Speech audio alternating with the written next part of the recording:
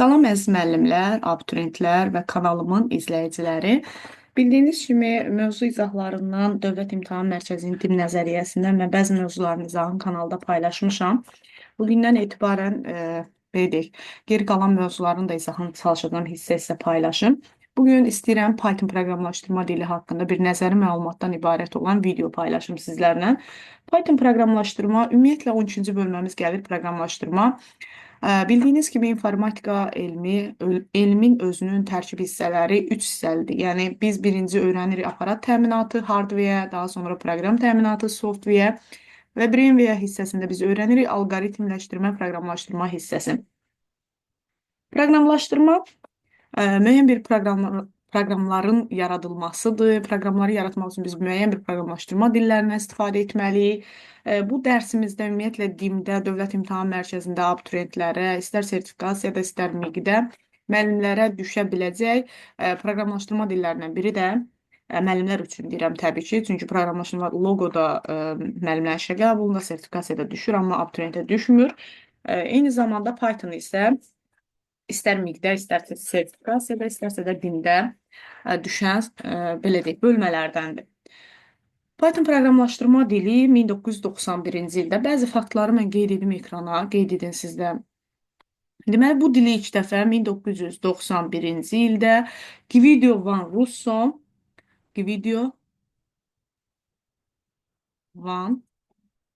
Rossum yaratmışdı. Gvidio van Rossum bu arada sağdır, yaradıcısıdır.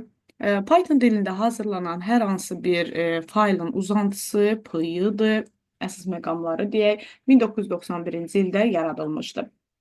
Ümumiyyətlə bilməyimiz vacibdir kompüterdə proqramların hazırlanmasının mərhələlərin. Ümumiyyətlə bir neçə mərhələdən ibarətdir. Mərhələləri ardıcıl olaraq burada qeyd etmişik. Mərhələlərlə bağlı belə deyək də, açar məqamları da deyəcəm. Onları da yadda saxlayın. Birinci mərhələmiz gəlir təhlil. Təhlil mərhələsinin digər adı belə deyək də, analiz mərhələsidir. Analiz. Biz bu mərhələdə nə edirik? Təhlil mərhələsində tələb təhlil olunur, resurs qiymətləndirilir.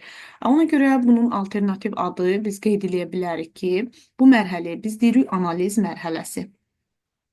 Analiz. Yəni analiz mərhələmizdir bu bizim. İkinci mərhələ layihələndirmə. Layihələndirmə nədir? Buradan qeyd edilir planın hazırlanması, plan qurmaq və ya alqoritm hazırlamaq.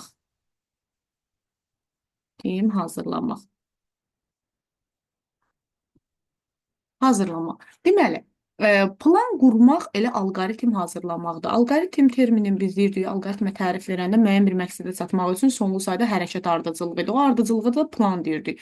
Layihələndirmə mərhələsinə belə ad da verə bilərik. Layihələndirmə mərhələsində texniki tapşırıq verilir. Bax, texniki tapşırıq açar sözdür. Hansı mərhələdə texniki tapşırıq verilir? Təbii ki, layihələndirmə mərhələsində. Sual düşə bilər belə. Layihələndirmə mərhələsində plan qururuq, alqoritm hazırlayırıq. Üçüncü gəlir kodlaşdırma mərhələsi. Burada qeyd olunub, bu mərhələdə alqoritmin qurulması layihələndirmə mərhələsində seçilmiş proqram dilində yazılmasına başlayır. Əslində, burada belə deyək də, kodlaşdırma mərhələsində alqoritm qurmuruq. Qurulmuş bu alqoritm var idi, ikinci mərhələ. Ona müəyyən bir proqramlaşdırma dilində kod yazırıq. Kodlaşdırırıq biz onu. Hər hansı bir, belə deyək, sadə bir proqramı quranda biz öncə onun alqoritmi yazırıq. Həmin o alqoritm yazmaq bizdə ikinci mərhələdir. Kodu, yəni müəyyən bir proqramlaşdırma dilində onu tərtib etmək kodlaşdırmadır. Kodu yazandan sonra burada bir məqamı da qeyd edək biz. Bu hissə var, bu kodlaşdırma mərhələsində yaranır nə? İlkin proqram. Diqqətli olun, ilkin proqram. Bəzən düşür, ilkin proqram nədir? Həll alqoritmi əsasında kod yazırıqsa, bu olur ilkin proqram. Həllin alqoritmin əsasında. Bu oldu ilkin proqram, qeyd elədim. Daha sonra bu qurduğumuz proqramı biz başlayırıq testləməyə, sazlamağa. Testləmə, sazlama nədir? Müəyyən bir xətaları aşkarlayırıq. Hər hansı xəta varsa düzəldirik. Artıq o gəlir, xəta düzələndən sonraki proqramın adı olur işçi proqram. İşçi. Və ya mütləq proqram da deyirik buna biz. Mütləq. Deməli, nə yadınızda saxladıq? İlkin proqram nə oldu? Bu alqoritmi qurduq. Onun əsasında müəyyən bir proqramlaşdırma dilində kod yazdıqsa bu ilkindir. Onu gəlib testləyib sazladıqca o artıq gəlir işçi proqram halına, mütləq proqramdır. Xətalar bu aşkar edilmiş xəta halıdır. Bunu da yadımızda saxlayaq. İndi burada xətalar özü iki cür olur. Sintaksis xəta, semantik xəta. Yəni bunlar haqqında alqoritm dərsində də məlumat verəcəm. İndi alqoritm videosuna əsas alqoritmə aiddir bunlar. Amma xətalar düzəldilirsə, bu artıq işçi mütləq proqram halına gəlir. Daha sonra tətbiq mərhələsidir. İstifadə olunacaq avadanlığa quraşdırılır və ümumiyyətlə proqramda işləyəcək şəxs ümumi təlimdən keçir və proqram artıq həyata keçirilir. Tətbiqdir də, yəni tətbiq edilir artıq bu mərhələdə. Sonda müşayiətdir. Bu mərhələdə ümumiyyətlə istifadəçi proqram haqqında fikirlərini toplayır, fikirlər əsasında dəyişiklik edir. Yəni müşahidə edir, texniki dəstək mərhələsi də deyirik bu mərhələyə biz. Gəlin bir də mərhələləri sayaq. Birinci təhlil, layihələndirmə, kodlaşdırma, testləmə, sazlama, tətbiq və müşahidə texniki dəstək mərhələsi olmuş olur. Bu bizim olur ilkin 12-ci bölməmizdən olan qeydlər. Daha sonra biz davam edirik Python proqramlaşdırma haqqında danışmağa. Bir saniyə ekranı biraz çevirim. Deməli, Python proqramlaşdırma dili sabitlər, dəyişən kəmiyyətlər, verilənlər daxil və xaric edilməsi. Öncə burada bir neçə məqamları mən qeyd edəcəm. Nələr haqqında danışacağıq. Deməli, Python proqramlaşdırma dili burada da qeyd olunub. Xüsusi təyinatlıdır, ümumi təyinatlıdır. Xüsusi dillər ailəsinə aiddir. Belə deyək də, müasir proqramlaşdırma dilidir. Çox istifadə olunur. Yəni bunu nəzərə alaq. Python'ın işçi mühiti, bircə saniyə qələmi aktiv etdim mən. Hə. Python'ın işçi mühiti, baxın burada da qeyd olunub, ekranda tam görünmür idi. İqli örtüydür. Yəni mühit deməkdir. Proqram harda yazılırsa o yerə deyirik. Ümumiyyətlə Python proqramlaşdırma dili yükləmək üçün informatika saytından da yükləyə bilərik Pythonu. Təbii ki, kompüterimizin dəstəklədiyi kimi Python.org saytından da istifadə edə bilərik. Deməli, Pythonda birinci Python açılan kimi burada 3 dənə böyüklük işarəsi gəlir. Bu çağırış işarəsi adlanır. Kodu yazmaq üçün çağırış işarəsinə dərhal sonra işə başlayırıq. Gəlirik daxil etmə operatorlarından. Öncə biz bir neçə məqamı burada qeyd edəcəm. Ekranın sol tərəfində tip. Pythonda tipləri type funksiyası ilə təyin edirik. Type. Neyinir? Tipi müəyyən edir. Tiplər hansıdır? Birinci gələk ədəd tipi. Ədəd tipi. Ədəd tipi özü bölünür 3 kateqoriyaya. 1. Int. Int yazdığımız tam ədəddir. Tam ədəd, integer yəni. İkinci gəlir float. Float. Həqiqi. Ədəd. Üçüncü də gəlir kompleks. Belə yazaq. Kompleks. Elə kompleks bizim, belə də yaza bilərik, kompleks kimi bizim kompleks ədəd dediyimiz ədədlər. Gələk baxaq, indi bir-bir bunlar haqqında biraz yazaq, qeyd edək, daha dərin anlayaq. Yazmışam ki, A bərabərdir 5. Təbii ki, bu mənə tip olaraq type A versəm, bu mənə nə verəcək? Int verəcək. Riyaziyyatdan bildiyimiz tam ədəd nədir? Natural ədəd, sıfır, onların əksi olan ədəd tam ədədlər çoxluğudur. Gəldik həqiqi ədəd. Həqiqi ədəd tam və kəsir hissədən ibarət olan ədəddir. A bərabərdir 5.0.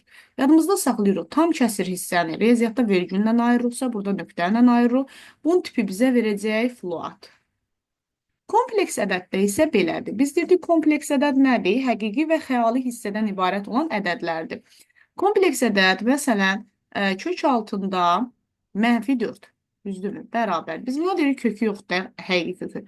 Buradan çıxır 2 plus i. i kvadrat da bilirik ki, həmişə mənfidir. Mənfi də buna bizə verilən hissədir. Bizim burada, bax bu həqiqi hissədir, bu isə xəyali hissədir. i ilə işarə olunur və yaxud da deyirik 2 plus 3i. Riyaziyyatda kompleksin xəyali hissəsi i ilə işarə olunursa, bu Pythonda üstəgəl 3 j-la ifadə olunur. Yəni, xəyali hissən əmsalı, belə deyək, göstəricisi j-dır, j. Bunu yadımızda saxlayaq. Bu oldu bizim birinci tipimiz, ədəd tipi haqqında. İkinci ən çox istifadə edəcəyimiz tip sətir tipidir. Sətir. Bundan sonraki dərsimizdir. String tipi. STR tipidir. Dırnağın içində nə görürüksə, A bərabərdir 5. Type versəm, avtomatik bu mənə verəcək string tipi. Deməli, dırnağın içində fərqi yoxdur. Mən ana da yazsam, aha, bu da mənə stringi verəcək. Dırnağın içində boş, yenə dırnaq işarəsində yazsam, bu da mənə string verəcək. Burada bir dənə də bu hissəyə qayıdım ədədlər. Yadda saxlayın ki, ədəd tipi üzərində riyaziyyatda hansı əməlləri apara biliriksə, onların hamısını apara bilirsiniz. Toplaya bilirsiniz, çıxa bilirsiniz, vura bilirsiniz, bölə bilirsiniz. Bunların hər birini apara bilirsiniz. Gəlirik sətir tipinin üzərində unutmuşdum o cümləni. Deməli, sətir tipində 2-3 məqam var, onları diqqətinizə çatdırım. Bir, dırnağı yuxarıda açmısınızsa, mütləq yuxarıda bağlayırıq. Dırnağı tək dırnaq, cüt dırnaq fərqi yoxdur, amma tək dırnağını açmısan, tək dırnaqla bağla, cüt dırnağını açmısan, cüt dırnaqla bağla.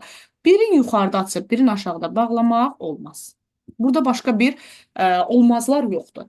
Daha sonra sətir tipləri üzərində sadəcə STR ilə STR toplana bilir.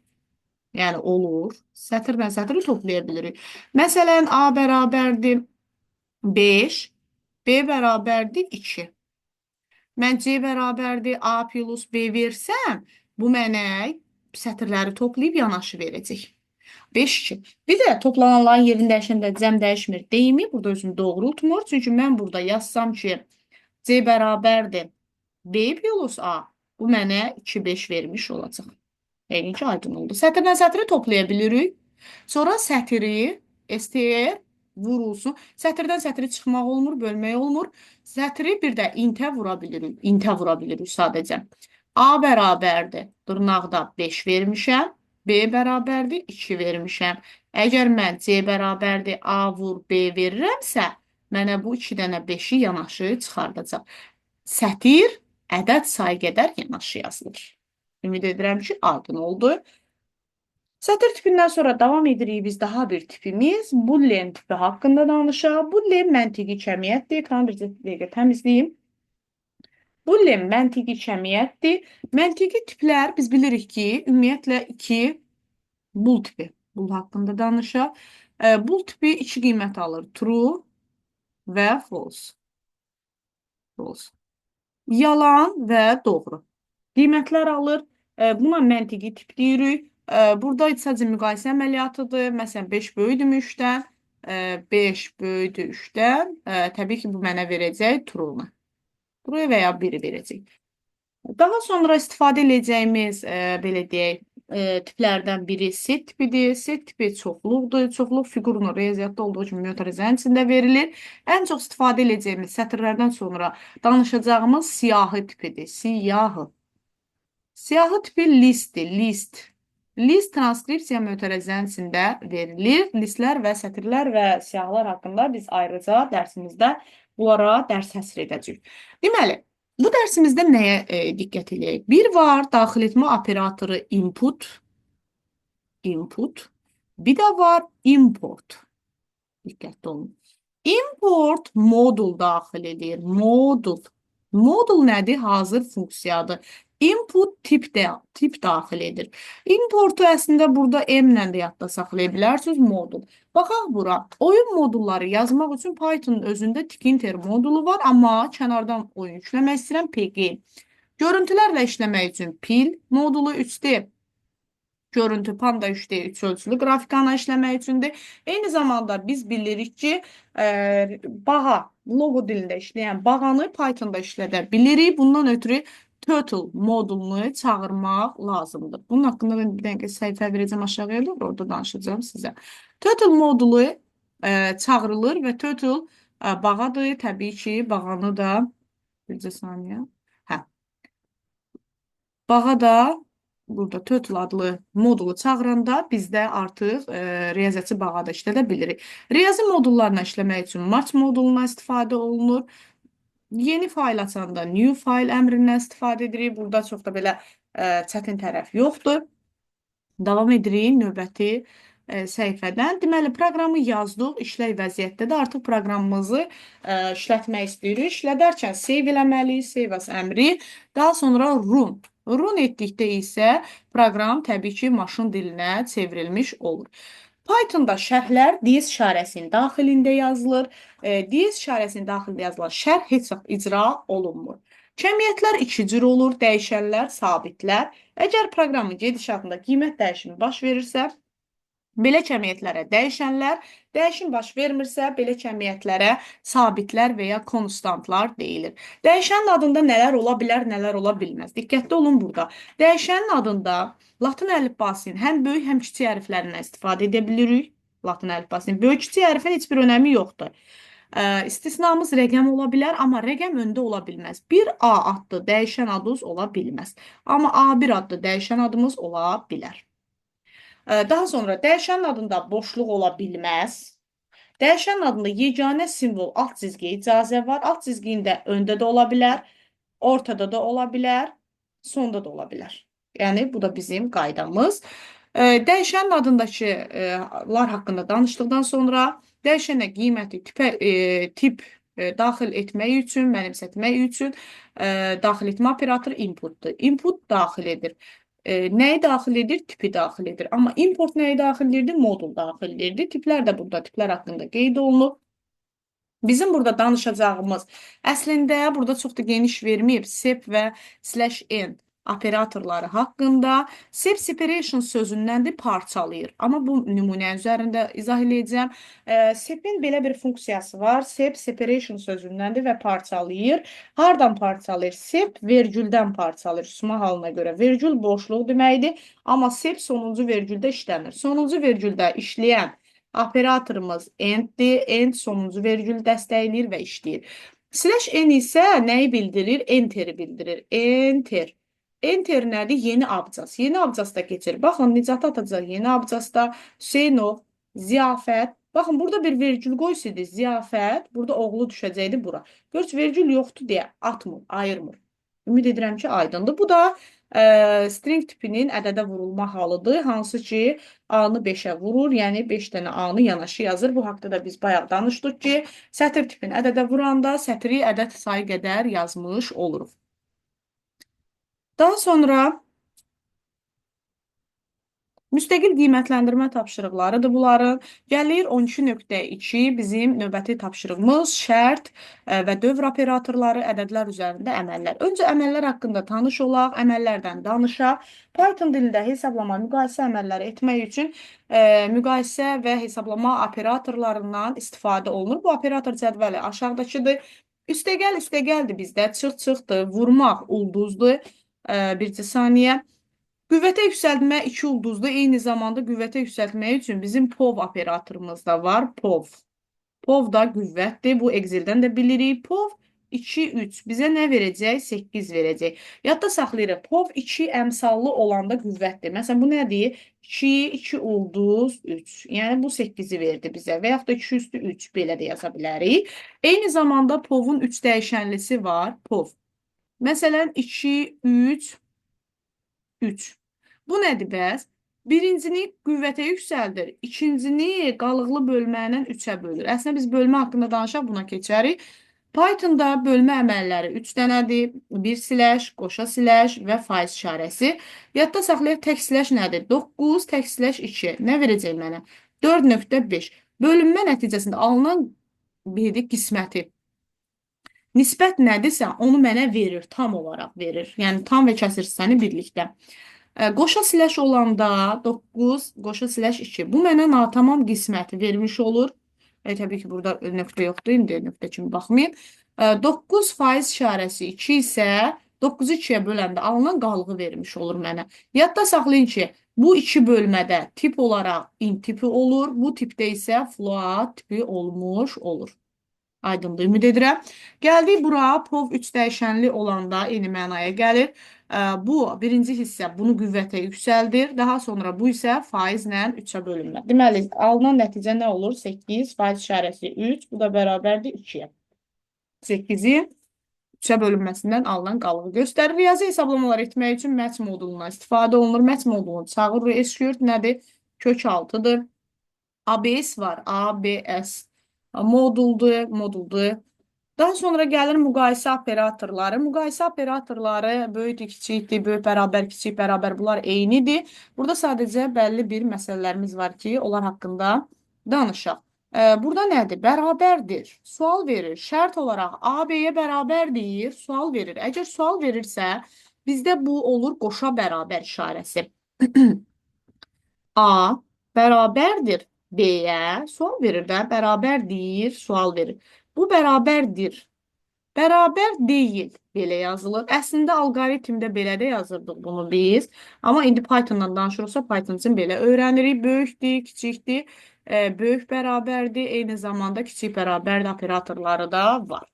Bunlardan da istifadə edici şərt qurarkən və ya hansısa dövrü icra edərkən davam edirik şərtin yaradılması, şərt və dövrlər haqqında. Python dilində şərt.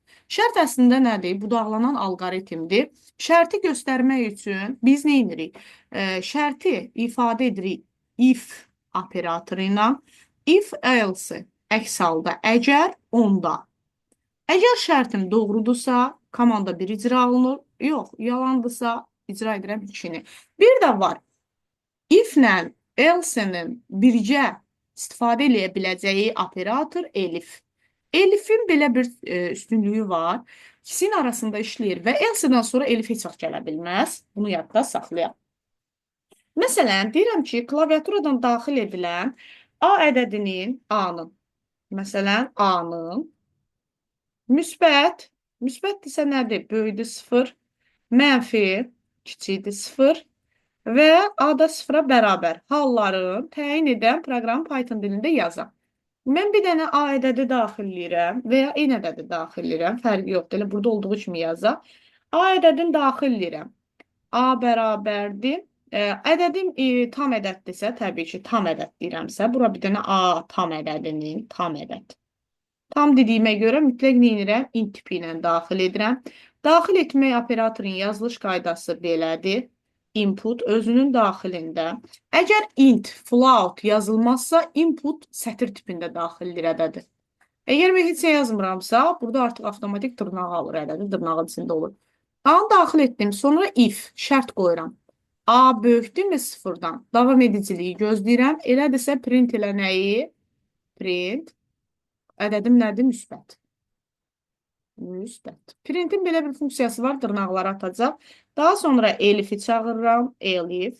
Elif ikinci şərtim A kiçikdirmi 0-dan? Hə, kiçikdirsə nə eləsin? Print eləsin. Mənfidir. Mənfi. Daha sonra else-ni çağırıram. Artıq else-da mən ona şərt verməyə məcbur deyiləm. Yenə deyirəm, alqoritmlərdən də bilirik ki, 0-dır. Hə, alqoritmlərdən də bilirik ki, əgər mənim şərtim A böyükdür 0, A kiçikdir 0 və A bərabərdir 0 şərti isə bu iki şərt verilibsə, yerdə qalan şərt inkarım bərabərlik halıdır. Bir də şərt operatorları verilərkən bizim and və or-dan istifadə edirik.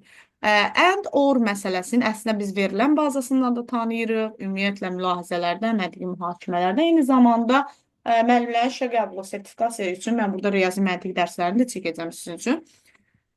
Deməli, and belə deyək də kəsişmədir, or birləşmədir. Burada belə bir məqamımız var ki, əgər bir neçə mülahizədən biri doğrudursa, orun doğru halı var, doğrudur, print olur. Yox, and-lə verilibsə, bu o deməkdir ki, orada verilən bütün mülahizələr doğru olmalıdır ki, printə girsin. Məsələn, deyir, buraxılış sinifi olub-olmadığını yoxlayaq. Məsələn, verilən A-lar, B-lər, N-lər bərabərdir 9-a, 11-ə, ikisi də bərabər. Biri doğrudursa, deməli, bu sinif buraxılış sinifidir. Amma AND-də belə bir hal var ki, AND hər ikisini doğru eləməlidir. Biri ondan, biri bundan ola bilməz. Davam edək biz Python proqramlaşdırma dilində, dövrlərdən. Əslində biz alqoritmlərdən bilirik ki, dövrlər alqoritmdə 3 cür təsvir olunur. Ön şərtli, son şərtli, bir də modifikasiyalı.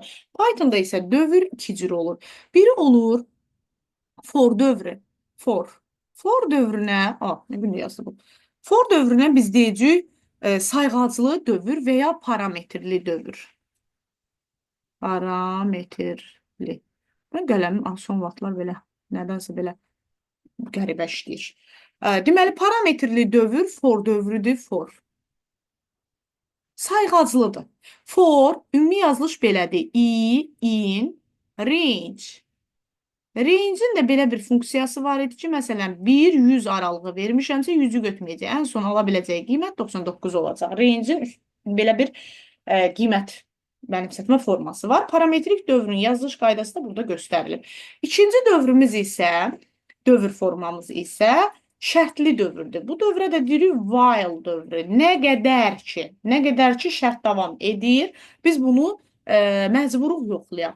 Məsələn, burada deyir ki, birdən n-ə qədər ədədlərin kvadratları cəmini tapan proqramı yazın. Birdən n-ə qədər ədədlərin. Burada deyir ki, birdən n-ə qədər tam ədədlərin. Yaxşı, bunu yazaq. Tam ədədlərin biraz düz olsun. Tam ədədlərin yaxşı. Int-i daxillədir. Baxın, int input tam ədəddir. Cəmini. Cəm nədir? Biz demişdik ki, S əgər 0 alırsa bu cəmdir, S əgər 1 alırsa bu hasildir.